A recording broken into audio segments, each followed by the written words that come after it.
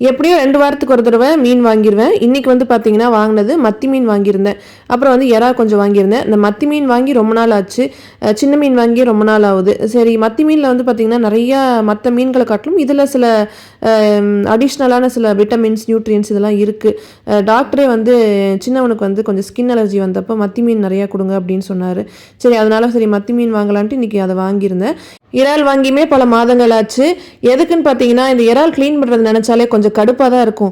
கடையிலலாம் கிளீன் பண்ண குடுத்தோம்னா, அந்த தலை, வாலு அதில இருக்கக்கூடிய அந்த ஷெல் அத மட்டும் எடுத்து குடுத்துருவாங்க. ஆனா, இதில நடுவுல வந்து பார்த்தீங்கன்னா, அத கட் பண்ணோம்னா, அந்த ஆப்ரேஷன் வேலையெல்லாம் பண்ணணும்.